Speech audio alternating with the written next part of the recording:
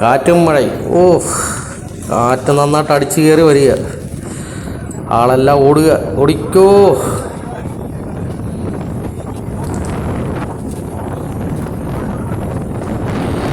കാറ്റ് അതീവ ശക്തമായ കാറ്റും മഴയും വന്നു കഴിഞ്ഞാൽ കടലിലൊരു ഭീകര അന്തരീക്ഷം തന്നെയാണ്.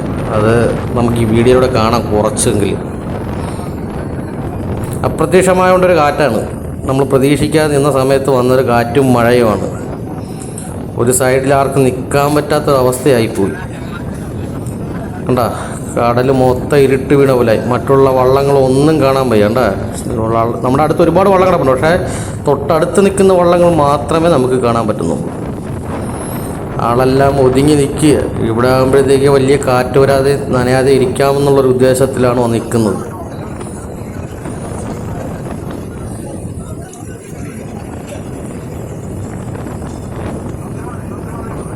മഴയും നല്ല ശക്തമായ മഴയായി. അതീവ ശക്തമായ മഴയും കാറ്റും. ഞാനൊരു കാര്യം കൂടെ പറയട്ടെ. നമ്മൾ കരയ്ക്ക് നിൽക്കുമ്പോൾ ഉണ്ടാകുന്ന എഫക്റ്റിങ് അല്ല, ഭയങ്കര കാഠിന്യമായിട്ടുള്ള രീതിയിലാണ് നമ്മുടെ കടലിൽ നിൽക്കുമ്പോഴത്തേക്ക് വരുന്ന കാറ്റും മഴയ്ക്കും ശക്തി കൂടും. അങ്ങനെ കാറ്റ് കഴിഞ്ഞു. ഞങ്ങൾ പെതുക്കെ വള്ളം ഓടിച്ചു. ഞങ്ങൾക്ക് വല കോരാൻ കഴിഞ്ഞില്ല കാറ്റും മഴയും കാരണം. അതിന് മുമ്പ് വല കോരിയ വള്ളങ്ങളാണ് നിൽക്കുന്നത്. അപ്പോൾ അവരുടെ അടുത്തോട്ട് ഞങ്ങൾ വള്ളം ഓടിച്ചുകൊണ്ട് വരികയാണ്. കാരണം എന്താണെന്ന് വെച്ചാൽ ഞങ്ങൾക്ക് വല കോരാത്തോട്ട് കറയ്ക്ക് മീൻ കിട്ടിയില്ല. അപ്പോൾ അവരുടെ കയ്യിൽ നിന്ന് കുറച്ച് മീൻ മേടിക്കാമെന്നുള്ള ഉദ്ദേശത്തോടെയാണ് ഞങ്ങൾ ഇങ്ങോട്ട് വന്നത്. അങ്ങനെ ഞങ്ങൾ മീൻ മേടിച്ചു. എന്നിട്ട് ഞങ്ങൾക്ക് മീൻ തന്ന കൂട്ടത്തിൽ തന്നെ വേറെ 2 വള്ളക്കാരും കൂടെ അവിടുത്തെ മീൻ ചോദിച്ചു. അവർക്കൊണ്ടുള്ള മീൻ ഞങ്ങളുടെ കയ്യിൽ തന്നു. അങ്ങനെ വന്നതാണ് ആ വള്ളം. ഈ വള്ളക്കാരൻ മാളികപ്പുറം എന്ന് തോന്നുന്നു. മാളികപ്പുറം വള്ളക്കാർക്കും ഞങ്ങൾ മീൻ കൊടുക്കുന്നതെന്ന് പറയുമ്പോൾ ഞങ്ങൾ വല കോരില്ല, ഞങ്ങൾക്ക് മീൻ കിട്ടിയില്ല.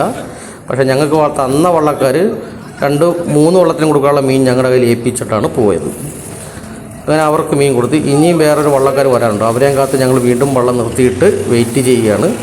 അവരും കൂടെ വന്നു കഴിയുമ്പോഴത്തേക്ക് അവർക്ക് മീൻ കൊടുത്ത് കഴിഞ്ഞിട്ട് ഞങ്ങൾ ഈ കറിയും വെച്ച് ചോറും കഴിച്ച് പോകാനുള്ള പരിപാടിയാണ്. ഞങ്ങൾക്ക് ഇനി പണിയെടുക്കാൻ പറ്റത്തില്ല എന്നുള്ളൊരു തീരുമാനത്തിലാണ് എല്ലാവരും കൂടെ കരയ്ക്ക് പോകാമെന്നുള്ള തീരുമാനമായി. കാറ്റ് വീണ്ടും മഴയും ഉണ്ട്.